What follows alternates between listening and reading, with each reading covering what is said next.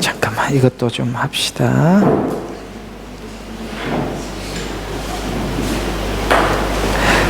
이 에스겔서 내용은 읽다가 보면 자세히 관찰을 하지 않으면 무슨 말인가 해석하기 참 어려운 이야기들이 많이 있죠. 지금 이스라엘은, 특히 유다는 멸망 직전에 와 있고, 하나님께서는 에스겔에게 계속 이 상황이 어떤 상황으로 흘러갈 것인지 계속 예언을 하고 있습니다. 에스겔뿐만이겠습니까? 에레미야 선지자, 이사야 선지자, 많은 선지자들을 동원해서 이제 마지막 때 이런 징조가 있을 것이다 라고 말씀을 하고 있는 중에, 오늘은 이제 많은 사람들이 거짓 선지자의 말을 듣고 따르기도 하고, 사실은 에스겔 선지자의 말은 별로 듣지를 않아요. 많이 듣는 사람들이 없었어요. 그러면 오늘은 왜 에스겔 선지자는 하나님께서 주시는 말씀을 그토록 정직하게 전하고 있음에도 불구하고 사람들이 잘 듣지 않고 있으며, 대부분의 사람들은 왜 거짓 선지자의 말을 따르게 되는가? 왜 그들의 말에 귀를 기울이는가? 이 문제에 대해서 우리가 함께 생각을 해보도록 하겠습니다. 자, 우리 앞에 있는 내용들, 8장부터 11장까지 있는 이야기는 이제 성전을 통해서 하나님께서 에스겔에게 환상을 보여주었어요. 그런데 이제 오늘 여기 12장부터는 환상이 성전을 중심으로 해서 보여주는 게 아니라 이사를 하는, 에스겔 자신이 이사를 하는 그런 환상을 하나님께서 보여주시면서 예언하라라고 말씀하셔요. 자, 그래서 오늘 제가 이 8장부터 11장까지는 성전을 통해서 환상을 보여줬다면 12장부터 13장은 오늘 에스겔 선지자가 이사하는 상징적인 행위를 통해서 포로된 행장을 하게 되고, 이제 그 다음에 이동하는 장면과 공포 중에 식사하는 장면을 연출해서 유다의 심판을 예언하고 있어요.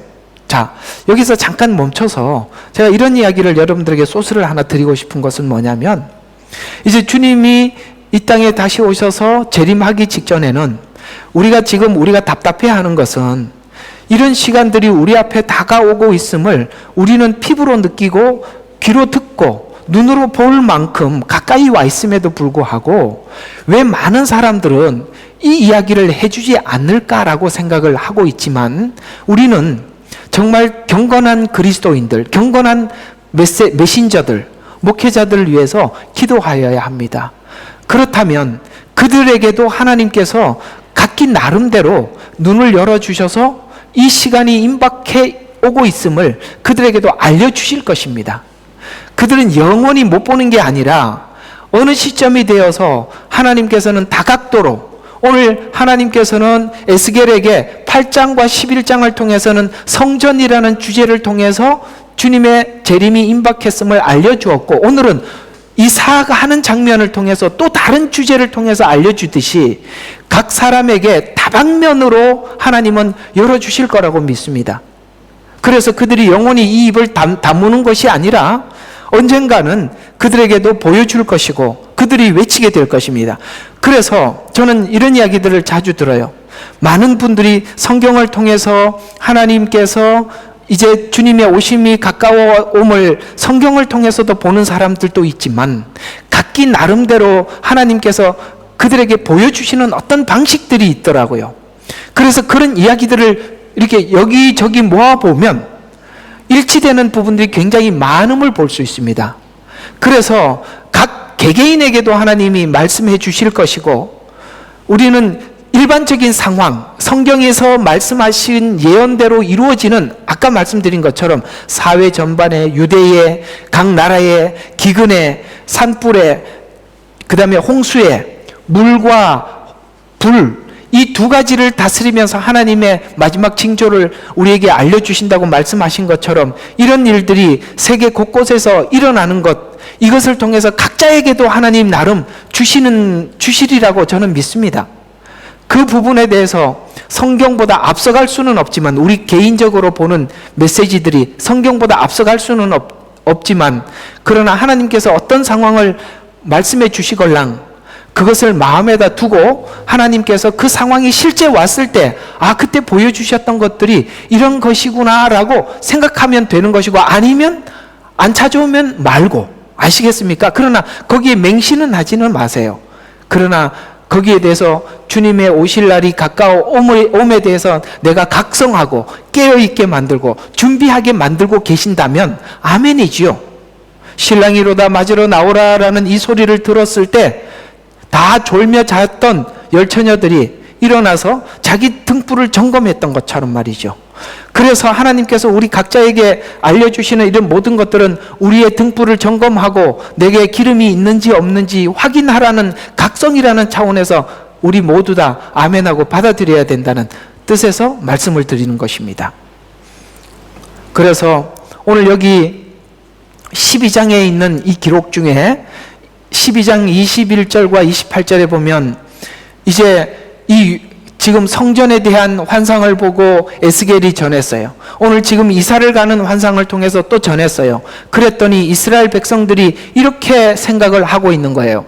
21절과 28절에 보니까 이스라엘 땅에 묵시가 사라진다는 속담을 퍼뜨리기 시작하는 거예요. 지금 에스겔이 보여준 또 말한 이 환상이 이 묵시가 사라진다라는 이런 속담을 사용해서 묵시가 실현되지 않을 것이라고 폄훼하는 백성들에게 묵시가 신속하게 성취될 것이라고 오늘 에스겔을 통해서 하나님이 다시 말하라는 거예요. 그러니까 그들이 하나님이 심판이 임박했다고 막 이야기를 하니까 백성들은 반대로 이렇게 대답하는 거예요. 당신이 말하는 그 묵시는 이루어지지 않을 것이다 라고 이야기를 한 그 말에 대해서 오늘 하나님은 에스겔을 통해서 다시 그들에게 전하라는 거예요. 뭐라고요? 묵시가 신속하게 성취될 것이라고 다시 전하라는 거예요. 묵시가 이루어지지 않을 것이라는 거짓 예언에 대해서 반박하는 것이죠. 근심하면서 음식을 먹는 상징적인 행동을 통해서 정치 지도자들이 결국에는 이 묵시가 성취될 때 생명을 부지하기 위해서 밤중에 도망칠 것을 연출하고 있는 것입니다. 오늘 이 에스겔이요. 이렇게 하나님께서는 우리가 미래에 이루어질 일들에 대해서 하나님께서는 선지자들을 통해서 상징적인 행동을 통해서라도 이렇게 메시지를 전하고 있다는 것이죠. 그래서 밤에 도망칠 것을 연출하면서 이 예언이 속히 이루어질 것이라고 경고하고 있어요. 지금부터는 상징적인 행동을 통해서 하나님은 이스라엘 자손에게 예언이 이루어질 것을 알리면서 동시에 예언이 성취됨으로 하나님의 하나님 되심을 알게 될 것이다 라고 말씀하고 있는 것입니다. 그래서요 이렇게 되는 거예요. 우리는 하나님께서 그 예언을 이룰 줄로 믿고 지금 하나님 되심을 지금 믿고 있는 거죠. 저와 여러분은 그렇게 믿고 있는 거 맞지요? 대답이 시원찮아요? 예, 우리는 하나님 되심을 이루어지고 난 뒤에 믿는 게 아니라 이루어지기 전에도 그렇게 이루어질 줄로 믿고 있는 것입니다. 그런데 이렇게 하나님께서 이렇게 하실 것이라고 에스겔을 통해서 전달했더니 그들이 이 묵시가 이루어지지 않을 것이라고 한 자들에게 이루어지게 해서 하나님 되심을 알려주실 것이라는 거예요. 그러면 여러분 그때는 늦는 거예요.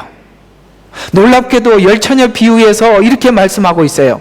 열처녀가 신랑이 이로다 맞으러 나오라 라고 하고 난 이후에 그들이 기름이 없다는 것을 발견하고 기름을 사러 갔다가 들어오는 그 입구에 문이 닫혀 있어요. 열어주소서라고 했더니 난 너희들 알지 못한다라고 문을 닫아버렸습니다. 여러분 그 성취되고 난 이후에는 늦는 것입니다. 우리가 죽기 전에 천국과 지옥이 있다고 아무리 들어도 죽고 난 뒤에는 다 알게 됩니다. 지옥 가서 다 아는 거예요. 그때 아는 것은 이미 늦은 것입니다. 우리가 하나님 앞에 감사하는 것은 지금 우리가 이 믿음을 갖고 있다는 것입니다. 그건 하나님이 분명히 주신 믿음이에요.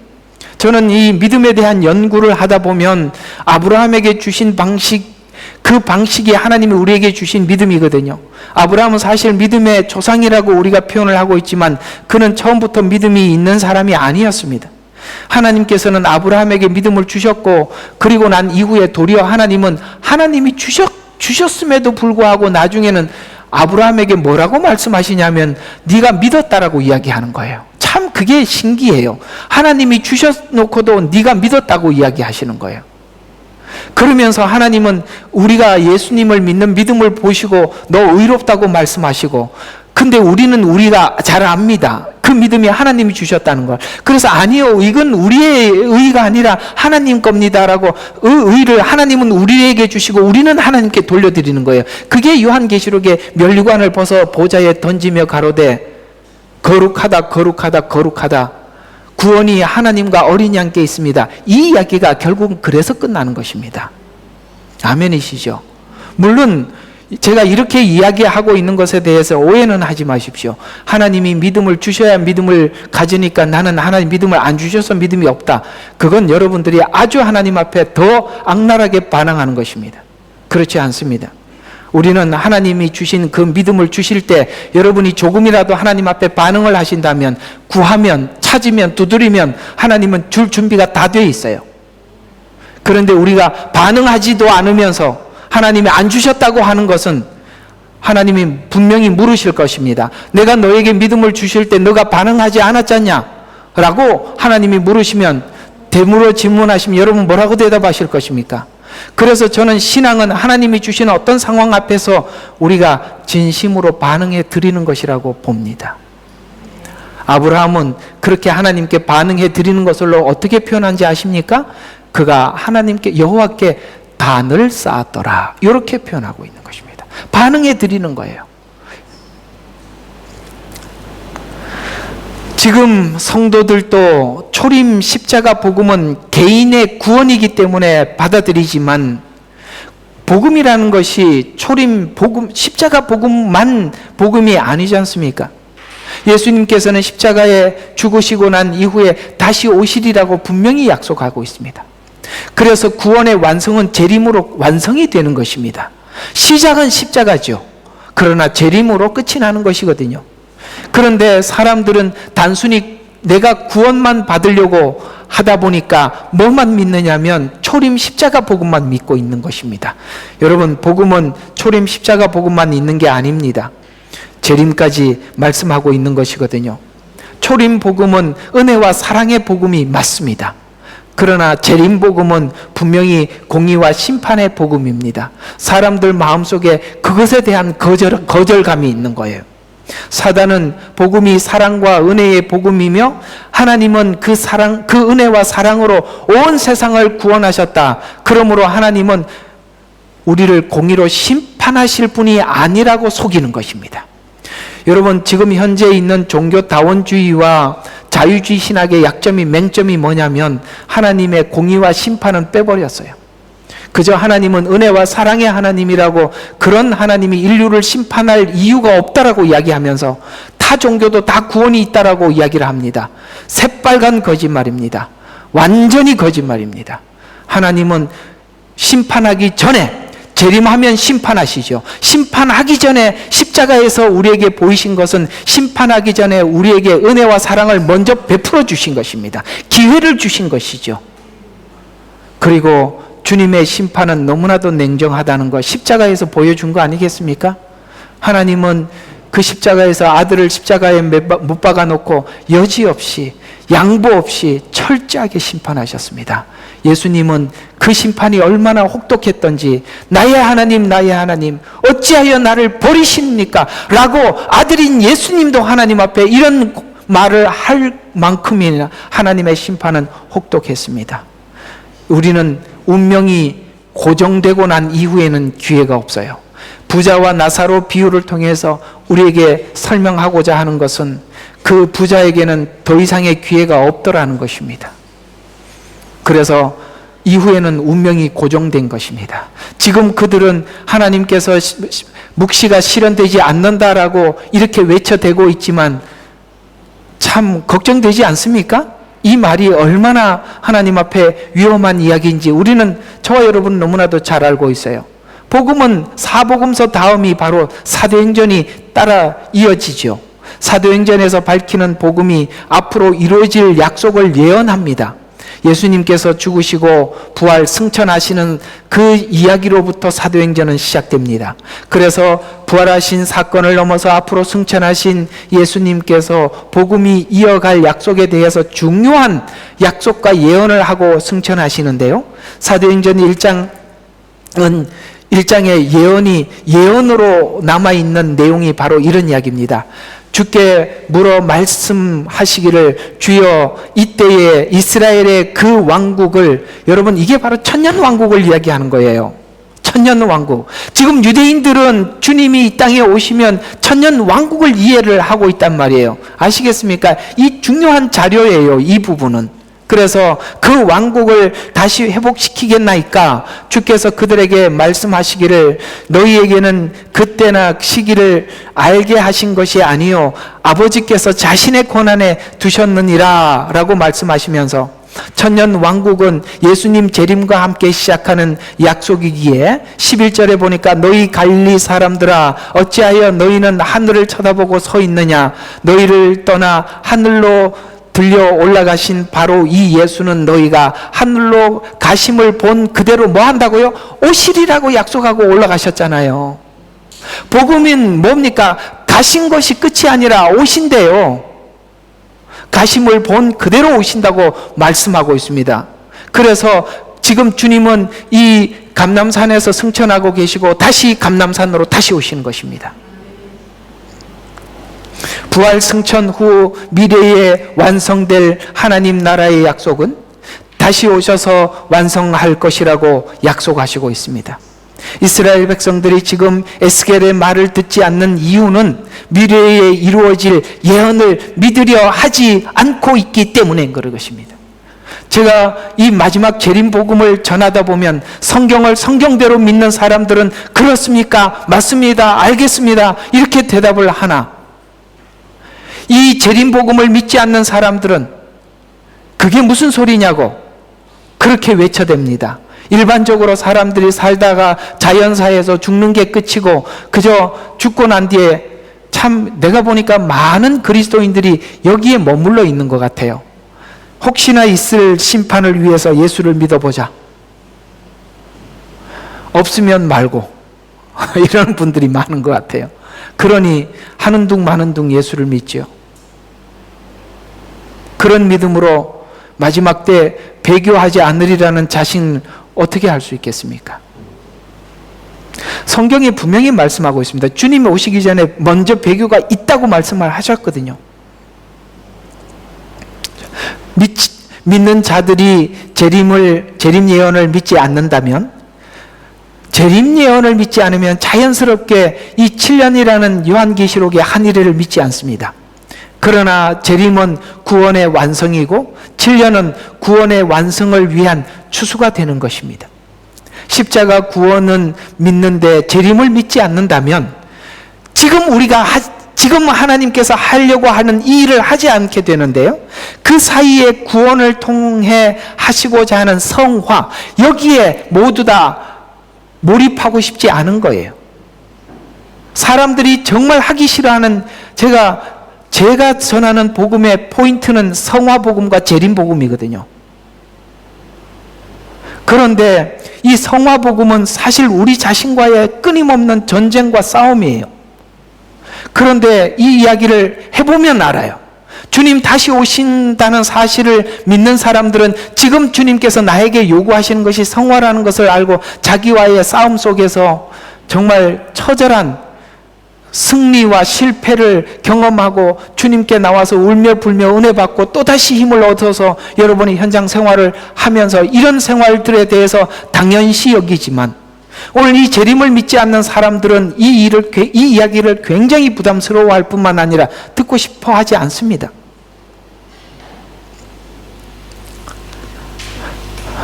꺼진 대로 두세요. 하지 마시고. 너무 덥습니다. 예. 그래서 남아있는 여러분들을 축복합니다. 대단하신 분들입니다. 잘 안 들으려고 그래요. 싫어해요. 적당히 다니다가 여기는 아니구나, 너무 부담스럽다, 그렇게 갑니다. 신앙인들은 재림과 천년 왕국, 천국에 대한 인식이 없으므로 세상에 사는 동안 안일함을 위한 신앙에서 벗어나지 못하는 것입니다. 신앙이 성숙해 나가는 힘은 재림을 인지할 때부터 성숙하고 안정되어 가는 것입니다. 본문에도 대다수 이스라엘 백성들은 거짓 선지자들이 외친 거짓 복음을 따라가고 있습니다. 거짓 선지자들의 외치는 거짓말은 이렇게 외치고 있었어요. 11장 3절에 보니까 때가 가깝지 아니하니, 이건 뭡니까? 주님의 심판과 재림이 임박하지 아니하니 집들을 짓자 하며, 성읍은 괜찮아, 하나님이 심판을 해오더라도, 바벨론을 통해서 심판해 오더라도 우리는 가마솥이 되고 우리는 그 안에 고기가 된다 하여서 하나님의 재림과 심판을 왜곡하고 있다는 것이에요. 저는 아주 시골에, 저희 외할머니가 정말 시골에 살았거든요. 그래서 중학교 다닐 때, 고등학교 다닐 때 어머니가 방학 때가 되면 그 시골에 저를 보냈어요. 그래서 정말 시골인데 거기에 전기가 있습니까? 냉장고가 있습니까? 아무것도 없어요. 그러면 어느 날 그 중요한 고기 같은 거, 이런 걸 얻어가지고 가마솥에다 넣어 놓더라고요. 그래서 저는 이런 생각을 했어요. 아니, 물도 안 넣고 저 안에다 왜 넣지? 생각해 보니까 나중에 알게 됐습니다. 그게 뭐냐면 거기는 들짐승들이 많아서 어디다 보관할 자리가 없어요. 그래서 무쇠솥에다가 넣고 그 무거운 뚜껑을 닫아 놓으면 짐승이 냄새를 맡아도 그 뚜껑을 열 수가 없어요. 그래서 그 안에서 보호된다, 이런 뜻이에요. 그 얘기예요. 우리가 예루살렘 안에 있으면 하나님의 성전이고 이방인들이 감히 하나님의 성전을 어떻게 할 수가 있겠느냐? 걱정하지 마라. 이 안에 있으면 보호받는다. 그렇게 생각을, 그렇게 외치고 있는 거예요. 그래서 사람들이 심판은 온다는데, 야, 우리가 이 안에 있기만 하면 되겠네? 이렇게 생각을 하고, 여러분 아시다시피 바벨론이 쳐들어왔을 때 이스라엘 백성들은 전부 다 예루살렘 안에 거하게 되었습니다. 그래서 오랜 시간 거하자 그들이 이제는 식량이 떨어지게 되고, 그래서 오늘은 네 아들을 먹고 내일은 내 아들을 잡자, 이런 이야기까지 나온 겁니다. 그러나 그들의 이런 말에 하나님의 대답은 이렇게 대답을 했답니다. 에스겔서 11장 7절에 보니까 주 하나님이 이같이 말하노라. 너희가 성읍 가운데 놓아둔 너희의 살해된 자들은 그들은 고기요 그 성읍은 가마솥이라. 그러나 내가 너희를 그 가운데서 뭐 하라고요? 끌어내리라. 내가 끌어낼 거라는 거예요. 동일하게 마태복음 24장에서도 재림에 대한 모든 내용을 제자들에게 말씀하신 후 경고하시기를 이렇게 경고하셨어요. 현명한 종에 대한 이야기를 24장 45절과 47절에 주인이 자기 집을 다스릴 자로 세워 정한 시기에 그들에게 양식을 나누어 줄 자가 누구겠느냐? 자기의 주인의 집을 다스릴 자로 세운답니다. 착한 종에게. 그 주인이 와서 종이 그렇게 하는 것을 보리니 그 종이 복이 있도다. 내가 너에게 말하노니 주인이 그의 모든 재산을 다스릴 자로 마지막 때 그런 자들을 세워서 전하게 할 것입니다. 오늘 에스겔이 마지막 때 주인공인 것처럼 말이죠. 마지막 때도 하나님이 세운 종이 있고 거짓된 종이 있다고 합니다. 현명한 종은 재림 징조를 관찰하고 있고 또 성도들에게 무엇을 준비시켜야 하는지 거기에 필요한 양식을 나누어 주지만, 악한 종이 24장 48절에 보니까 내 주인이 오는 것이 늦어지리라. 여기 에스겔서에서 거짓된 종들이 한 말과 똑같지 않습니까? 내 주인이 오는 것이 늦어지리라 외치는데 그 이유가 속으로 생각하기를 이렇게 지적을 하고 있어요. 속으로 그렇게 생각을 했다. 왜 속으로 늦어질 것이라고 생각합니까? 그 비밀은 에스겔 거짓 선지자에게 찾을 수 있어요. 거짓 선지자들은 하나님의 공의를 믿지 않든지 아니면 이해가 부족한 것입니다. 여러분, 하나님 그분은 그분에 대한 속성에 두 가지 뚜렷한 속성이 있어요. 하나는 사랑과 은혜의 속성이고 하나는 공의와 심판의 속성입니다. 이 두 기둥이 하나님의 모든 성품의 기둥이에요. 그래서 구약은 끊임없이 하나님의 심판과 공의의 속성을 드러내 주셨고, 신약에서는 무한한 하나님의 사랑과 은혜의 속성을 보여주신 것입니다. 하나님의 공의를 부정하면 심판을 믿지 않습니다. 더 나아가서 죄에 대한 두려움도 없어지는 것입니다. 그러면 자연스럽게 공의로 심판하실 예수님의 재림과 심판을 다른 신학적 내용으로, 오늘 여기 보니까 야, 이 안에 있으면 고기가 보호받는다라고 말하는 이게 지금 거짓 신학들이에요. 이렇게 설명을 해서 안심하고 앉아 있는 거예요. 그게 그래서 재림에 대한 의식이 없어요. 그러니 자신들이 아는 지식, 이 성 안에 있으면 보호를 받는다는 자기가 만든 성경 지식들, 이것이 자신을 망치고 듣는 모든 사람들을 망치게 만드는 것입니다. 요즘은 신학자들이 이상한 신학을 만들어내는데 회개망측한 이론들을 만들어내고 있어요. 마지막 때 성경을 오해하는 지식들이 편만할 것입니다. 요즘은 이상하게 성경 해석들이 너무나도 중구난방이에요. 요즘은 보니까 챗 GPT로 설교하는 분이 그렇게 많아졌다고 해요. 그저 번역하는 정도는 하실 수 있어도 어떤 것도 하지 마십시오. 앞으로 사람들이 챗 GPT로 설교를 하는지 분석을 할 필요가 있어요. 정말 중구난방이에요. 각자가 해석이 다릅니다. 이것이 바로 거짓 선지자들이 이해하고 있는 성경 해석인데, 이런 것들이죠. 나름대로 만들어 놓은 구원론을 만들어 놓고, 괜찮아, 이렇게 하면 구원을 받았으니까 안심해. 그것이 얼마나 더 멀리 나갔던지, 무엇을 믿어도 천국은 갈 수 있다라고 구원론을 여기까지 바꿔놓은 상태입니다. 그리고 교회론도 그렇습니다. 여러분, 요즘 가나안 교회가 생기고 있잖아요. 거꾸로 하면 안 나가 교회 아닙니까? 이렇게 교회 생활에 대해서 부정하는 교회론, 재림론도 엉망진창입니다. 그렇게 해서 사람들을 막 분산시켜요. 그래서 어떤 사람들이 구원론에 대해서 일치하고 교회론에도 일치하지만 재림론에서 뭔가 대화를 해보면 좀 다르면 또 갈라지고 그렇게 해서 사람들이요, 이 같은 어떤 그 말씀 안에서 서로 통일된 신앙을 가진 사람들을 찾아보기가 너무 어려워요.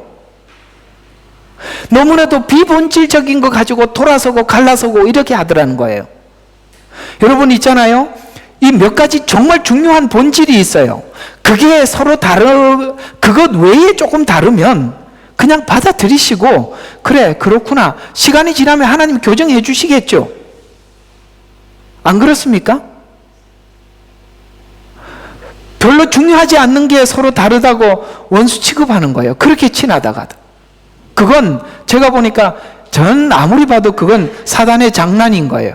마지막 때면 될수록 이제 주님의 재림을 기다리는 사람들이 연합해야 되는 시간들인데, 이런 것으로 인해서 서로 또 갈라지게 만들고 또 갈라지게 만들어서 결국 혼자 남게 만드는 거예요. 나름대로 만들어 놓은 구원론, 교회론, 재림론 등등이 정리는 해두고 있지만 그 내용이 성경과 상관없는 자기만을 위한, 자기 안위를 위한 성경의 해석이라는 것입니다. 그러나 그 모든 것이 다 거짓이고 헛것입니다. 마지막 때 그들이 세운 이 거짓된 내용들은 다 드러날 것입니다. 마태복음 24장 50절에 보니까 종이 예기치 아니하는 날, 그가 알지 못하는 시간에 그 종의 주인이 오리니, 여기 분명히 말씀하고 있습니다. 그 종의 주인이 온다고 말씀하십니다. 오면 무슨 일이 일어날 겁니까? 51절에 보니까 그러면 주인이 그를 갈라내어서 위선자들과 함께 그 몫을 지우리니 거기서 울며 이를 갈고 있으리라. 여러분, 거짓된 구원론, 교회론, 재림론, 이 수많은 거짓된 이 교리들을 맹신하는 이유가 뭡니까? 위선자이기 때문에 그렇습니다. 저는 정말 계속 강조하는 이야기지만 여러분들이 성경을 정직한 마음으로 한 번만 읽어보세요. 그렇게 거짓말로 세워놓은 교리가 그걸 진짜 교리라고 맹신할 수 있는지, 그건 자기가 자기 자신을 속이는 일이에요.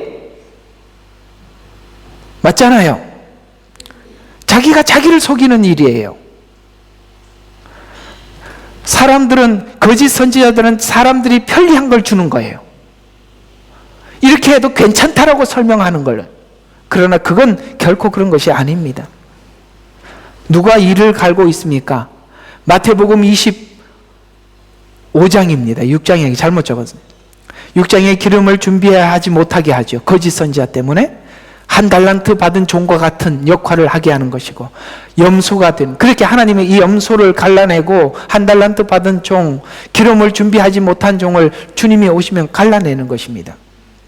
거짓 종을 만나면 결국은 마지막 때 갈라냄을 경험하는 것이에요.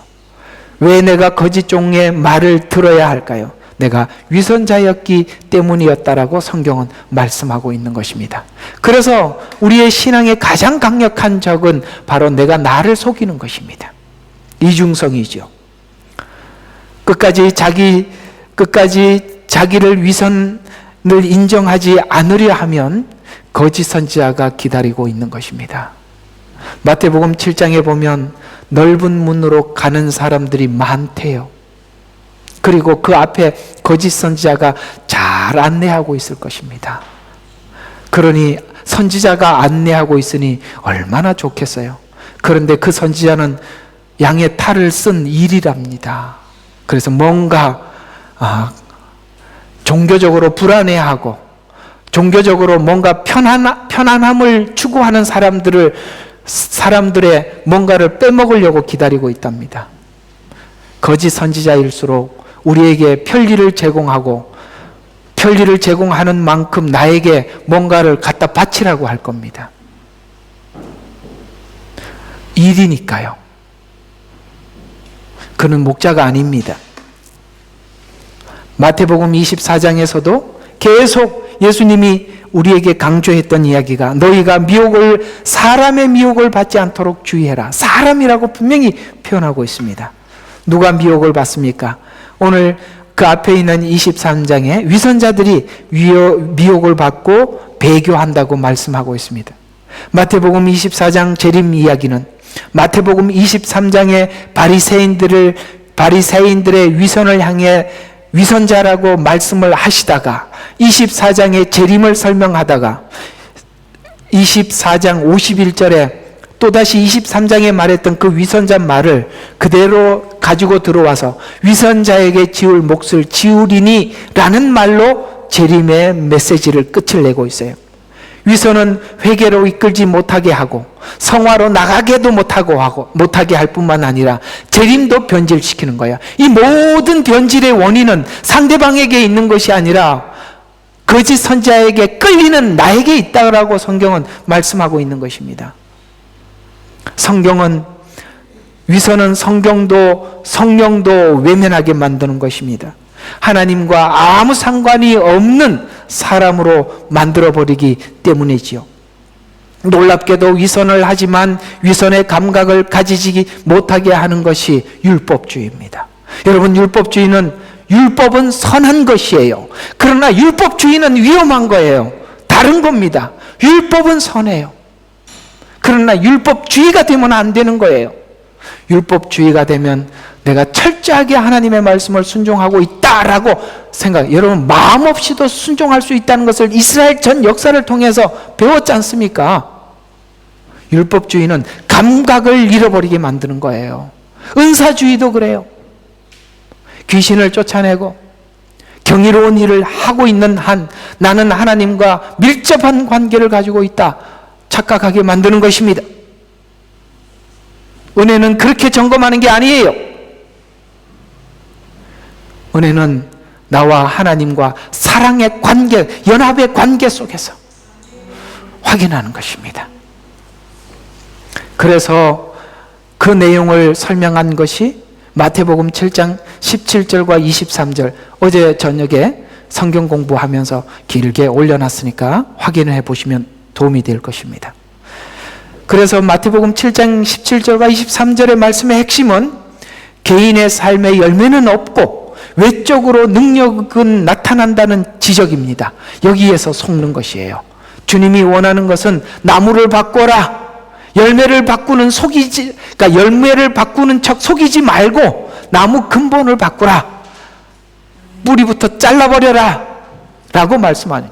주님이 이 땅에 오신 것은 우리 마음을 바꾸러 오신 거예요. 우리 성도님 한 분이 하나님 나라는 보이지 않게 임한다는 말을 이제 알아들었다는 말을 참 너무 귀하고 감사했습니다. 그렇습니다. 사람들은 보이게 임하는 것이 하나님 나라라고 생각을 해요. 그걸로 안심해요. 아니요. 하나님 나라는 보이지 않게 내 마음에 임하는 것입니다. 그래서 내 마음의 변화를 일으키는 겁니다. 그래서 우리는 자꾸 외형적으로 나타나는 하나님 나라에 대해서 사람들이 속고 있는 거예요. 그래서 마지막 때 이런 기적을 통해서 사람들이 하나님 나라가 바깥으로 임하는 걸 보고 여기 임하였다라고 이야기하지만 아니요. 주님은 우리 속에서 무슨 작업을 하고 계시죠?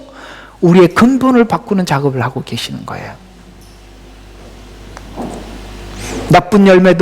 나쁜 열매를 맺고 있는데도 나쁜 열매를 맺고 있음을 감지하지 못하게 만드는데 이것이 바로 주의 이름으로 귀신을 쫓아내고 경이로운 역사를 이루어 가고 있기 때문에 오판하게 만드는 것입니다. 신앙의 열매는 내가 좋은 나무가 되기 위해서 내 자아를 버리고 하나님의 말씀의 씨앗을 뿌리는 것입니다. 혹 나로 인해서 많은 사람들이 혜택을 보고 은혜를 받고 있다 할지라도 내가 좋은 나무가 되지 않으면 마태복음 7장 20절에 보니까 불에 던지리라 이렇게 말씀하고 있는 것입니다. 나를 통해서 많은 사람들이 혜택을 받는다 할지라도 주님과 상관없을 수 있다는 것을 아셔야 합니다. 거짓 선지자의 말에 동조하는 자들이 누구입니까? 왜 에스겔의 말은 듣지 못하는 것입니까? 그것이 다 위선자이기 때문이라고 말씀하고 있어요. 마지막 때 심각한 배교가 있게 될 것이라고 성경은 우리에게 권면하고 있습니다.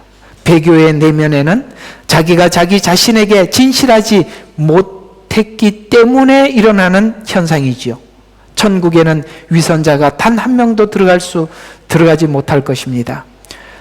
위선자들은 넓은 길을 걸어갑니다. 마태복음 7장 13절과 14절에 보니까 너희는 좁은 문으로 들어가라. 이는 멸망으로 인도하는 문은 넓고 그 길이 광대하여 그 길로 들어가는 사람은 많으나 생명으로 인도하는 문은 좁고 또 길은 협소하여 그 길을 찾는 자가 적음이라 라고 말씀합니다. 여러분 문을 선택할 때부터 좁은 문을 선택해야 돼요. 그리고 그 문이 좁았는데 넓어지면 여러분들이 의심해 봐야 되는 거예요. 좁은 문으로 들어왔는데 왜 갑자기 문이 넓어지죠? 그것도 가짜라 이 말입니다. 좁은 문으로 들어왔으면 길 자체도 좁은 거예요. 우리는 좁은 십자가의 길, 골고다의 길을 걷기로 작정한 것이고 주님의 고난에 동참하기로 결정한 것입니다. 문은 자신이 선택하는 것입니다. 문이 좁으면 길도 좁고 문이 넓으면 길도 넓습니다. 그러나 대중이 넓은 문을 선택한답니다. 대중이 선택하는 것이 대중이기 때문에 진리는 아니지요. 놀랍게도 넓은 문 앞에는 거짓 선지자들이 안내하고 있어요. 15절에 보니까 거짓 선지자들을 조심하라. 그들은 양의 옷을 입고 겉을 보는 것입니다.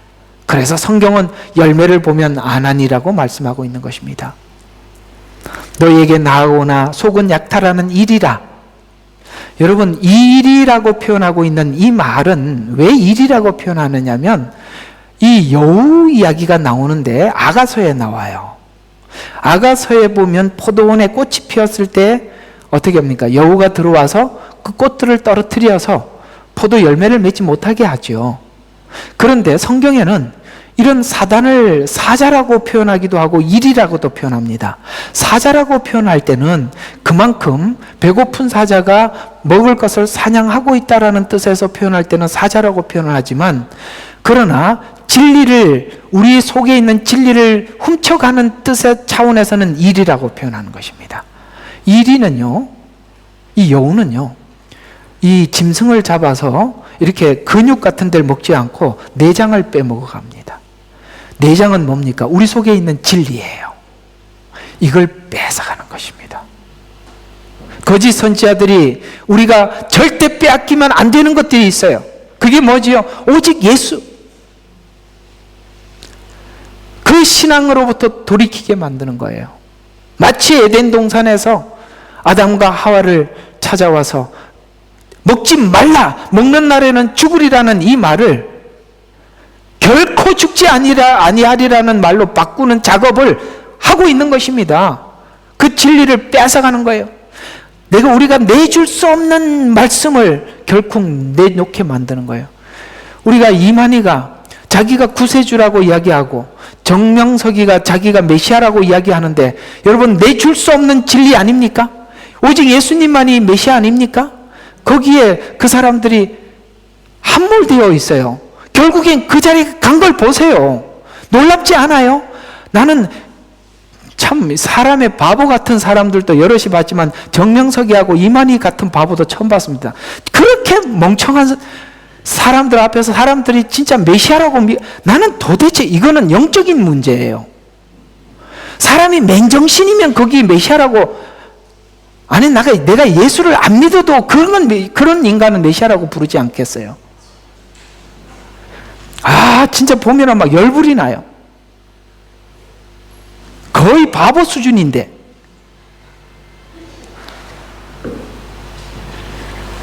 보세요. 진리를 빼앗기고 있잖아요. 그만 이야기합시다.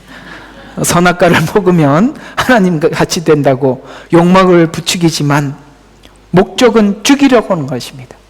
그래서 내가 온 것은, 예수님이 온 것은 너희를 살리려고 왔지만, 생명을 주러 왔지만, 사단이 온 것은 죽이고 멸망시키려고 왔다는 거예요. 결국은 그 따라가면 멸망이고 죽음인 거예요. 마지막 때 외식하는 자들과 안일과 평안을 위해서 믿으려고 하는 자들은 모두 거짓 선지자들의 말을 따르게 될 것입니다. 그래서 지금 여러분들의 마음을 정상적으로 가다듬고 준비시켜야 하는 것이에요. 아시겠습니까? 그때가 되면 그때 알아서 하지요. 아니요. 이미 끝난 겁니다. 전쟁 연습도 한 번도 안 하고 전쟁터에 나갔네. 어떻게 잘 되겠지? 이런 군인이 어디 있습니까? 그러나 참된 신자는 좁은 문을 구하고 찾고 두드리는 자들입니다. 문은 좁고 길은 협착하지만 도착 지점이 기가 막히는 천국이래요. 아멘. 자, 결론적으로 말씀을 드리겠습니다. 결국 말씀대로 예언은 성취될 것입니다. 오늘 에스겔에게 하신 말씀 그대로 예언은 성취되듯이 마지막 때도 동일하게 하나님 말씀하신 대로 예언은 성취될 것입니다.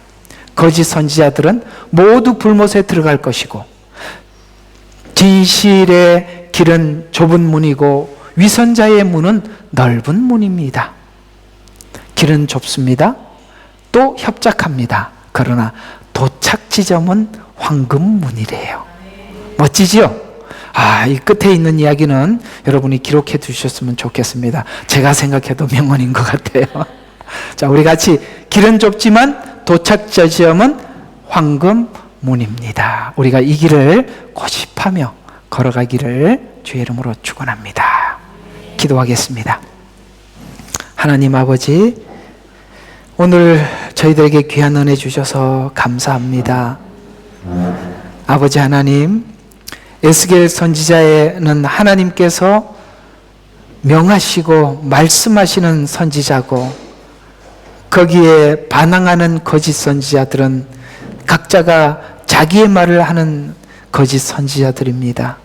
우리가 거짓 선지자를 따르는 것은 그저 거짓 선지자 때문이 아니라 내가 거짓 선지자를 따를 수밖에 없는 조건을 가지고 있기 때문입니다. 하나님, 오늘 이 말씀을 잘 명심하게 해주시고, 우리가 다른 그런 악한 종들이 나쁘다, 종의 핑계를 대지 말고 바로 그 문제가 내 안에 있었음을 고백하게 해주시옵소서. 예수님 이름으로 기도드렸습니다. 아멘.